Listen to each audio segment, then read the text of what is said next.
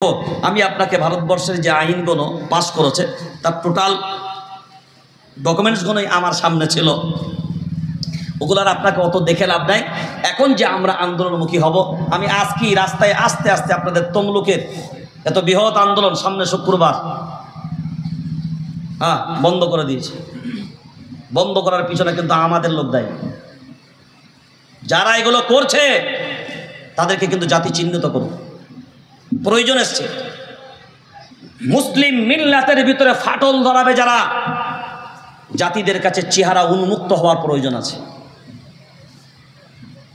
না, আমি যদি আপনাদের এখানে কাউকে জিজ্ঞাসা করি, আপনি মুসলিম পার্সোনাল ল বোঝেন না, আপনি কোনো সংগঠন বোঝেন না, এখন বলেন ন্যায়ের পক্ষে আন্দোলন করার অধিকার কি আপনার নাই?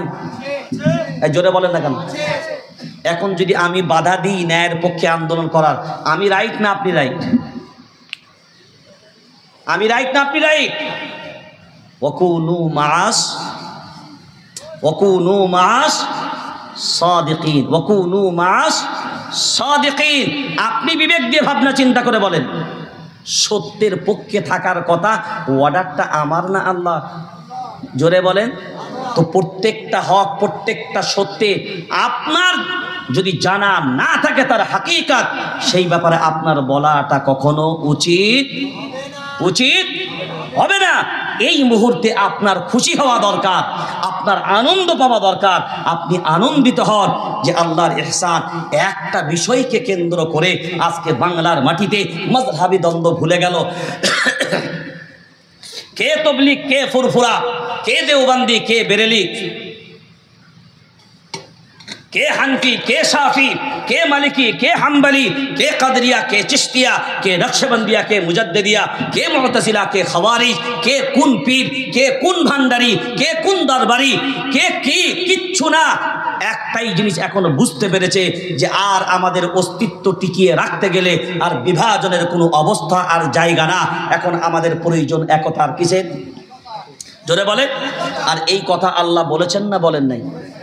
কোরআনুল কারীম সূরার নাম সূরা আনফাল 10 নম্বর পারা 2 নম্বর সাফা 1 নম্বর আয়াত, ওয়ালা তানাযাউ ফাতাফশালু ওয়া তাযহাবা রিহুকুম ওয়াসবিরু। খুঁটিনাটি, ছোটখাটো, সামান্য তামান্য এই বিষয়গুলো নিয়ে নিজেদের ভিতরে তোমরা দ্বন্দ্ব, মত পার্থক্য করবে না। ফাতাফশালু, দুর্বল হয়ে পড়বে, সাহস হারিয়ে ফেলবে। ওয়াতাযহাবা রিহুকুম, তোমরা দুর্বল হয়ে যাবে। আর দুর্বল যখন হয়ে যাবে, পরাজয় হবে না বিজয়? পরাজয় না বিজয়? পরাজয়। সবল যদি থাকতে চাও, একতার বন্ধনে ঢুকে যাও। আর ঐক্যবদ্ধভাবে যখন দাঁড়াবে, তখন মানুষের মাঝখানে না, সকলের মাঝখানেই বোঝা যাবে এই আইনের বিরুদ্ধে এত লক্ষ লক্ষ কোটি কোটি মানুষ রুখে দাঁড়িয়েছে। শিখ ভাইরা যদি কৃষি বিল আন্দোলন, তারা যদি কৃষি বিল প্রত্যাহার করাতে বাধ্য করে সরকারকে, কয়েক লক্ষ মানুষ মিলে, আমরা কোটি কোটি থাকার পরেও আমরা যদি ঐক্যবদ্ধভাবে চেষ্টা চালাই, তাহলে এই আইনকে কি প্রতিহত করা যাবে না? করা যাবে না? আইনের পথে আমরা যে লড়াইটা লড়ছি, আইনের পথে লড়াই, আমরা আমাদের আইনের পথে চলবে। আর মাঠের যে লড়াই, সেটা ইনশাআল্লাহ মাঠের পথেই চলবে, দুই দিক থেকেই চলবে। দোয়াও চলবে, দাওয়াও চলবে। তো আগামী 26শে April all India Muslim personal law বোর্ডের নেতৃত্বে এবং বাংলার আপামর জনতা বহুমুখী সংগঠনদের যৌথ প্রচেষ্টা উদ্যোগে কিন্তু ব্যানার একটাই, মুসলিম অল ইন্ডিয়া মুসলিম পার্সোনাল ল। এই ব্যানারে আন্দোলন হবে সব জায়গায়, যেখানে যেখানে টুকরো প্রচার। আমাদের সবার একটাই প্রচার থাকবে এখন, 26শে ব্রিগেড। নাম্বার 2 নাম্বার ইলানটা করে যায় মুসলিম পার্সোনাল ল বোর্ডের পক্ষ থেকে। 30শে এপ্রিল, তারিখটা বলুন। 30শে এপ্রিল রাত্রি 9টা থেকে 9:30 পর্যন্ত আধ ঘন্টা একটা প্রতিবাদ হবে। প্রতিবাদের নাম হলো বাত্তি গুল। প্রতিবাদের নাম বাতি গুল, বাংলায় যেটাকে বলবেন আলো বন্ধ। আলো বন্ধ 30 এপ্রিল রাত্রি 9টা থেকে 9:30 পর্যন্ত প্রত্যেকটা বাড়ির লাইট বন্ধ থাকবে। ডেটটা ডায়েরিতে নোট রাখবেন। এটা আমরা ব্রিগেডের সমাবেশ থেকে ইনশাআল্লাহ সেদিনকেও ডিক্লেয়ার দেবো, কিন্তু অনেকে হয়তো নাও যেতে পারে। তো এই জন্য আমরা আগাম জানিয়ে দিলাম। এই প্রোগ্রাম এখনো পর্যন্ত আপনাদেরকে শুনিয়ে রাখলাম। বাকি যে প্রোগ্রামগুলো আছে ইনশাআল্লাহ ব্রিগেডের ময়দান থেকে আমরা ঘোষণা দেব, কারণ কর্মসূচি আমাদের রেডি হয়ে গেছে। আর সেই ফর্মুলা অনুযায়ী বাকি আন্দোলনগুলো চলবে ইনশাআল্লাহ। বাংলার মাটিতে নয়, ভারতবর্ষের মাটিতে এটা রোকার চেষ্টা করবে যারা, ইনশাআল্লাহ সব চক্রান্তকে উপেক্ষা করে আমাদের ঐক্য, আমাদের একতা, আর আমরা আল্লাহর প্রতি, রবের প্রতি ভরসা করে আল্লাহর দিকে তাওয়াজ্জু রেখে আমরা ঐক্যবদ্ধভাবে যদি আগাই, ইনশাআল্লাহ সব চক্রান্তের বেড়াজাল উপেক্ষা করে ইনশাআল্লাহ আমাদের লক্ষ্যে আমরা অবশ্যই পৌঁছাতে পারবো ইনশাআল্লাহ। সেই জন্যে কোনো রকমের কোনো জায়গা নেই যাদের ভিতরে দাররা পরিমাণ। আজকে এখনো পর্যন্ত আমি যখন এখানে স্টেজে বসেছি তখনও পর্যন্ত মেসেজ, হুজুর 26 তারিখের প্রোগ্রাম হচ্ছে তো।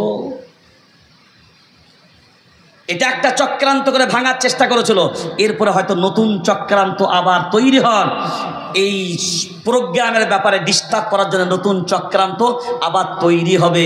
কারণ যারা বদমাইশ তাদের বদমাইশের প্ল্যানও বদমাইশের হবে। একটা ফেল হবে তো আর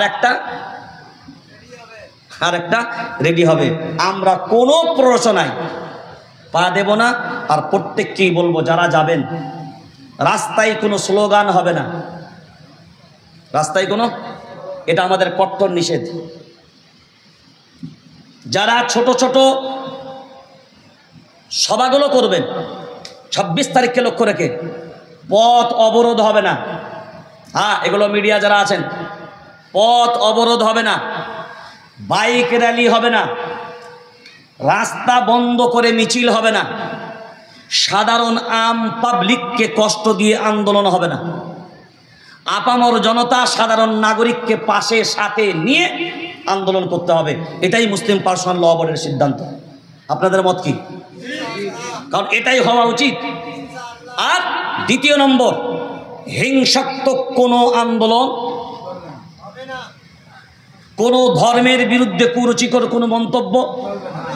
কিন্তু আমি অবাক হই, বাংলার প্রতিনিহত বাংলার কয়েকজন আছে মুসলিমদের বিরুদ্ধে যেভাবে প্রতিনিহত যে বক্তব্যগুলো দেয়, পুলিশ যে কেন এদের অ্যারেস্ট করে না এটা আমার বোধগম্য এখন আসে না।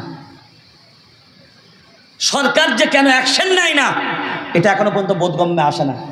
সেই জন্যে সত্যের জয় হবে নিশ্চয়, এটা কেউ ঠেকাতে পারবে না। মিথ্যার পরাজয় হবে এটাও নিশ্চয়। আস্তে আস্তে মুর্শিদাবাদের যে চক্রান্তের বেড়াজাল যেটা দিয়েছিল আর যে কুরুচিকর জায়গাগুলো তৈরি করেছিল, আস্তে আস্তে কিন্তু মিডিয়ার ভাইয়েরাই সব খোলাসা করছে। আরও সত্য সামনে আসবে। সব জিনিস আস্তে আস্তে আমরা জানতে পারবো এই চক্রান্তের আসল হেডমাইন্ড মাস্টার কারা। আর আমরা চাইব প্রশাসনের কাছে যারা এই ধরনের কুচক্রের সাথে সম্পর্ক রেখেছে এদের উপযুক্ত শাস্তির ব্যবস্থা হওয়া উচিত। আমার শান্ত বাংলাকে অশান্ত করবে এটা কখনো মেনে নেওয়া সম্ভব, কারণ আমরা সবাই শান্তি চাই, শান্তিকেই ভালোবাসি। সেই জন্য আমরা দায়িত্ব নিয়ে এই কাজগুলো করব। আর এখান থেকে 10 থেকে 12 জন যাদের কন্ট্যাক্ট নাম্বার একদম 12:30 বলেছে, 12:30 একদম বেজে গেছে, আর 1 মিনিট হবে না। 10 থেকে 12টা দায়িত্বশীল যারা দায়িত্ব নেবার মতন উপযুক্ত আছেন এরকম ব্যক্তি ছেলেরা তৈরি হবে। 10 থেকে 12 জন আপনারা কন্ট্যাক্ট নাম্বার নাম সহ একটা লিস্ট করে কারা আছেন কালকের মধ্যে আমাকে পাঠিয়ে দেবেন, ঠিক আছে? আর এখান থেকে কটা কি গাড়ি করছেন না করছেন এগুলো আমাদের সাথে যোগাযোগ রাখবেন। কিভাবে যাবেন তার গাইডলাইন আমরা গ্রুপগুলোতে ওই নামগুলোকে অ্যাড করব।